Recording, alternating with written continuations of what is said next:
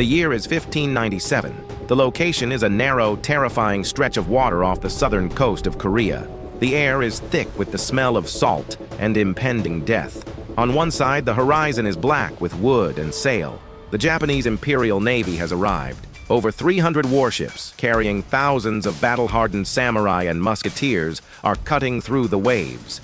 They are an unstoppable force that has already crushed everything in its path. Their mission is simple: secure these waters, land their troops, and erase the Kingdom of Korea from the map.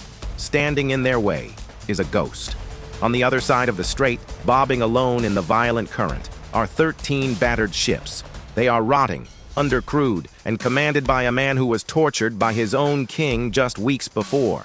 A man who has no supplies, no allies, and no hope of survival. His captains are terrified. They want to run. But the admiral looks at the massive armada approaching, then down at the roaring, swirling water of the strait, and he sees something no one else does. He sees a weapon. This is the story of Admiral Yi Sun-sin, the man who defied an empire, weaponized the ocean itself, and pulled off the greatest naval miracle in human history. To understand the miracle, we first have to understand the nightmare. By the late 16th century, the Korean peninsula was burning. The Japanese warlord Toyotomi Hideyoshi had unified Japan and turned his hungry eyes toward the mainland. His ambition wasn't just Korea, he wanted China. He wanted to rule the known world.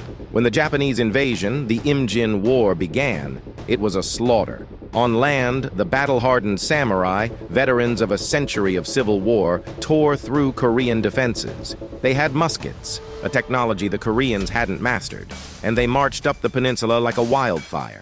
But at sea, things were different. At sea, there was Yi Sun-sin. For the first years of the war, Admiral Yi was a wall that Japan could not break. He was a strategic genius who meticulously studied the tides and terrain.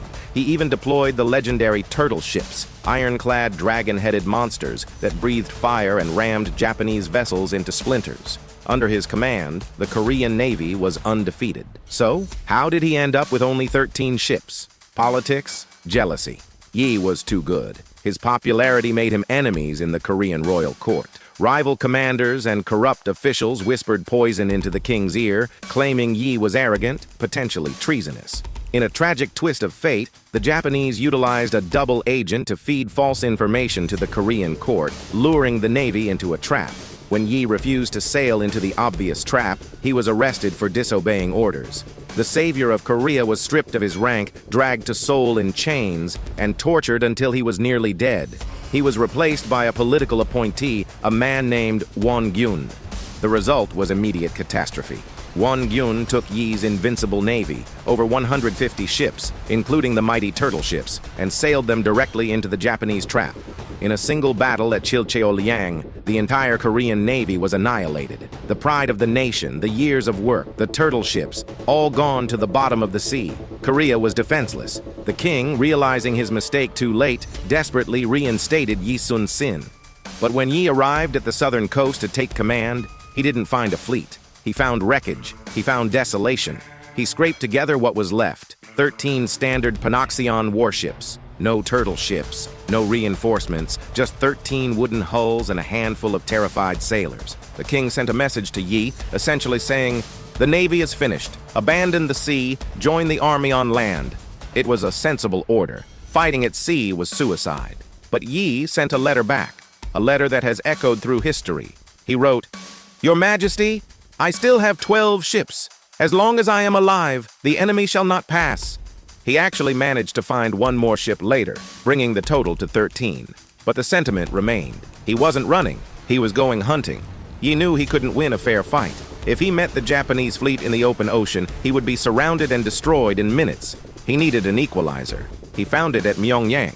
The Myeongnyang Strait is a narrow choke point between the mainland and Jindo Island. It is notorious for its violence. The channel is only about 300 meters wide at its narrowest point. But the real danger isn't the width, it's the water. The tides in Myeongnyang are some of the strongest in the world. The water rushes through the bottleneck at speeds of up to 10 knots, creating massive whirlpools and roaring currents that sound, according to locals, like a crying wolf. Crucially, the current reverses direction every 3 hours. Yi realized that for the Japanese fleet to get to the Yellow Sea and supply their army marching on Seoul, they had to pass through here. He calculated the tides perfectly. If he could lure them in when the current was flowing against them, their numbers wouldn't matter. Their ships would smash into each other, trapped in the swirling water, unable to maneuver. It was a brilliant plan, but it required nerves of steel. He had to park his 13 ships in the mouth of that roaring strait and wait for 300 enemy vessels to come for him. On the night before the battle, Yi gathered his trembling men. He knew they were paralyzed by fear. He told them, "He who seeks to die shall live. He who seeks to live shall die." The next morning, October 26, 1597, the mist lifted, and there they were, the Japanese armada, a forest of masts filling the horizon. The battle began in the worst way possible. As the massive Japanese fleet entered the strait, riding the current toward the Korean line, fear broke the Korean formation. Yi's flagship sailed forward to meet the enemy, but he looked back and saw that his other 12 ships had stopped. They were lagging behind, drifting near the island, their captains too terrified to engage. Admiral Yi was alone, one ship against an empire. The Japanese vanguard rushed him. Their strategy was to board, to grapple the Korean ship, swarm it with samurai, and slaughter the crew. Yi's ship was a frenzy of cannon fire and arrows. His archers rained death on the incoming decks, while his cannons blasted holes in their hulls. But they were getting closer. The Japanese commander, Kuroshima Michifusa, a former pirate lord who had promised to bring Yi's head to Hideyoshi, led the charge. For a long, agonizing hour, Yi's flagship held the line by itself. It was a floating fortress, spinning in the current, firing in every direction. Yi stood on the deck, calm amidst the chaos, shouting orders, keeping his men from freezing up. Seeing their admiral fighting alone and not dying, the other Korean captains began to feel a mix of shame and courage. Yi raised a signal flag, ordering them to charge. Slowly, hesitantly, they moved up. But the numbers were still overwhelming. The Japanese ships were packing into the narrow strait, pushing forward wave after wave. It looked like the Koreans would be buried under the sheer weight of wood and steel. Then, the moment Yi had waited for arrived. The tide turned. It happened quickly. The roaring current, which had been pushing the Japanese into the strait, suddenly stopped, swirled, and reversed. Now, the water was rushing out of the strait, directly into the faces of the Japanese fleet. Chaos erupted. The Japanese ships, packed tight in the narrow channel, lost all control. The current smashed them backward. Ships collided with the ships behind them. Oars snapped. Hulls shattered. The formation collapsed into a tangled, spinning mess of wreckage. The Korean ships, however, were now riding the current. They surged forward, their heavy, flat-bottomed hulls stable in the rough water. They became the hunters. Yi ordered a total assault. His cannons tore through the confused Japanese lines. In the middle of the chaos, the Japanese flagship was hit. It was left drifting, crippled in the whirlpools. Yi's men spotted a man in ornate armor clinging to the wreckage. It was the pirate lord, Kuroshima. Yi ordered him fished out of the water. In a grim display of psychological warfare, Kuroshima was executed, and his head was hoisted atop the mast of Yi's flagship. When the Japanese sailors saw their commander's head swinging above the Korean ship, panic set in. The morale of the invincible navy shattered. They turned to flee, but the current fought them every inch of the way. By the time the sun set, the water of Myeongnyang was red. The impossible had happened. Admiral Yi, with his 13 ships, had sunk or disabled over 30 Japanese warships. The rest of the Japanese fleet, battered and broken, retreated. And on the Korean side, not a single ship was lost. The Battle of Myeongnyang broke the back of the Japanese invasion. With their navy halted, they couldn't supply their troops marching on Seoul. The Japanese army, starving and undersupplied, was forced to retreat south. The dream of conquering China died in that narrow, roaring strait. Admiral Yi Sun-sin had saved his country, but this isn't a fairy tale. Heroes in history rarely get to ride off into the sunset.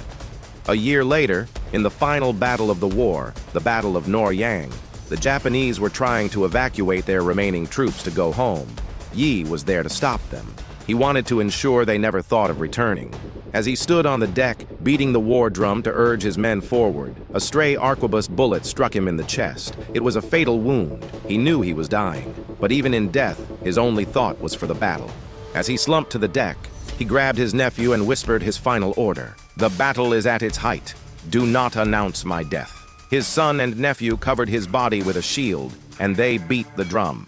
The sailors, thinking their invincible admiral was still commanding them, fought with the fury of demons and crushed the Japanese fleet one last time. Only when the guns fell silent did the men realize that the drum had been beaten by a weeping sun. Today, statues of Admiral Yi Sun-sin stand in the center of Seoul. He is not just a war hero in Korea. He is a saint of discipline, loyalty, and resilience. Military academies around the world, from the U.S. Naval War College to the British Royal Navy, still study the Battle of Myeongnyang. It remains the ultimate example of how terrain, psychology, and one person's sheer will can overcome impossible odds.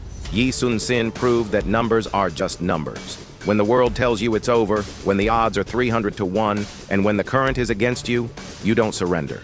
You wait for the tide to turn. If you found this story incredible, you're not alone. Many historians consider Yi Sun-sin to be the greatest admiral of all time. Yes, even above Nelson. But what do you think? Was it genius, or did the Japanese make a fatal mistake? Let me know in the comments.